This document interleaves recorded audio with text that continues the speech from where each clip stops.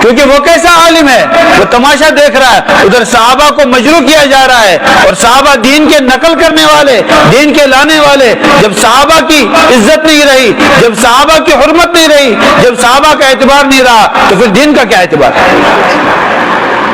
یہ تمام مسلمانوں کو یہ بات ذہن میں رکھنی چاہیے۔ کسی بھی صحابی کے بارے میں یاد رکھو، جو بکواس کی گئی ہے تاریخ میں، وہ تاریخ کی کتابوں میں ہے، وہ کتابیں ہماری جوتے کی نوک پر ہیں، ان کو جلا دینا چاہیے ان کتابوں کو۔ کیوں؟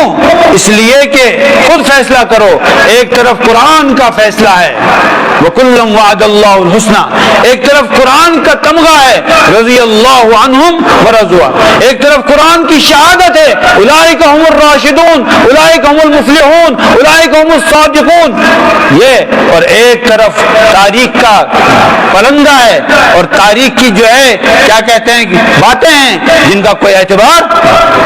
بتاؤ ہم تاریخ کا اعتبار کریں گے یا قرآن و سنت کا اعتبار کریں گے؟ یہ فیصلہ کرنا ہے کہ نہیں کریں؟ کوئی کہے گا فلاں تاریخ میں، کہو اس تاریخ کو لے جا کر آگ میں جلا دو، اس تاریخ کی ہمیں کوئی ضرورت، جو قرآن سے ٹکرائے وہ تاریخ ہمیں ضرورت نہیں ہے، جو حدیث سے ٹکرائے اس تاریخ کا کوئی اعتبار۔ ایک بات میں آپ کو بتاتا ہوں محدثین کی، 5 لاکھ راویوں کے حالات جمع ہیں، کتنے بتاؤ بھائی؟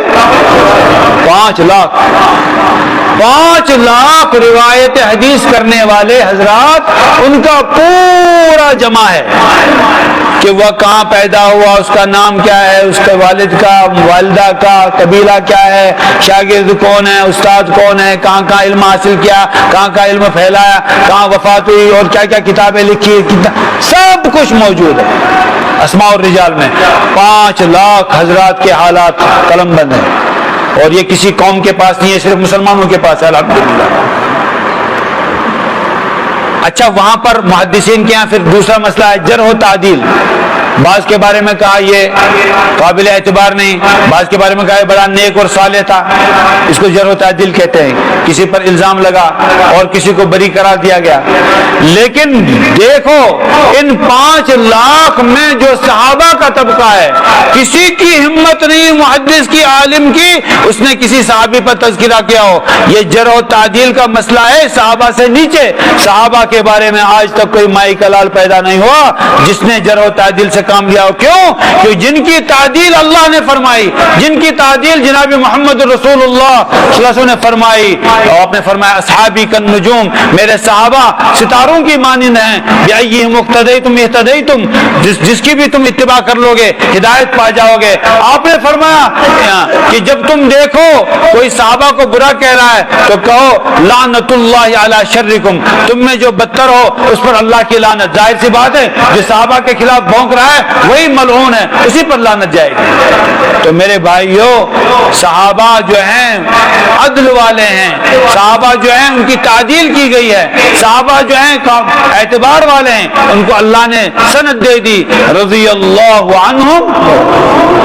اس میں غور کیجئے ذرا، رضی اللہ عنہم، اللہ ان سے راضی ہو گئے، اللہ ان سے کیا ہو گئے؟ راضی، اور اللہ ان سے راضی، ورضوا عنہ، اور صحابہ اللہ سے راضی ہو گئے۔ ذرا غور کیجئے، اللہ کو کیا ضرورت ہے کوئی اس سے راضی ہو؟ اللہ تعالیٰ سے کوئی راضی نہ ہو تو اللہ کا کچھ بگڑے گا؟ نہیں۔ دیکھو یہ محمد صلی اللہ علیہ وسلم کے ساتھی ہیں، یہ صحابہ ہیں، فرمایا کہ ان کے راضی کرنے کا میں بھی اہتمام کرتا ہوں، ان کا دل خوش ہو جائے۔